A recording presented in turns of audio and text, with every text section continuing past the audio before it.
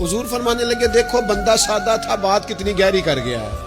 امام غزالی فرماتے بدو تھا، سادہ بندہ تھا، نبی پاک کی بارگاہ میں آیا، اچانک سلام لی اور پتہ کیا کہتا ہے؟ کہتا ہے یا رسول اللہ صلی اللہ تعالی علیہ وسلم، قیامت والے دن حساب کس نے لینا ہے؟ تو محبوب کریم نے نظر مبارک اٹھائی اور زیر لب حضور بھی مسکرائے، فرمایا حساب اللہ تعالیٰ نے لینا ہے۔ تو اس نے کندھے پہ چادر رکھی اور مسکرانے لگا۔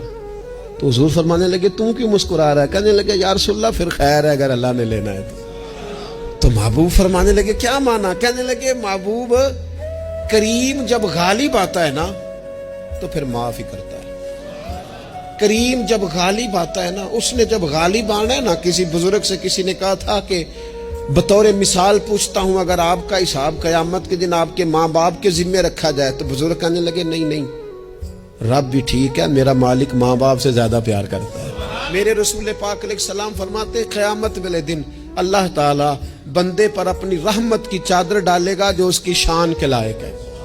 ماں نہیں بات کرتی کبھی بیٹے کو گود میں چھپا کے، چھوٹے بچے کو کہا اللہ تعالیٰ بندے بلا مثال و بلا تشبیہ صرف سمجھانے کے لیے عرض کر جو اللہ کی شان کے لائق، چادر ڈال کے نا اللہ بندے پہ چادر، بندے تو بات کرتے ہیں تو اعلانیہ کرتے ہیں، تو رب چادر ڈال کے نا کرم کی تو پوچھے گا فلانا گناہ کیا تھا؟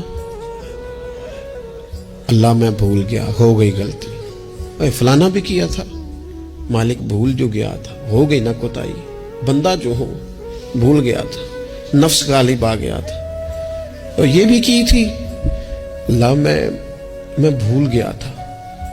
رب کریم فرمائے گا گناہ گنوا لیے، اعتراف کرا لیا، اب اللہ فرمائے گا جا میں نے تیرے سارے معاف کیے۔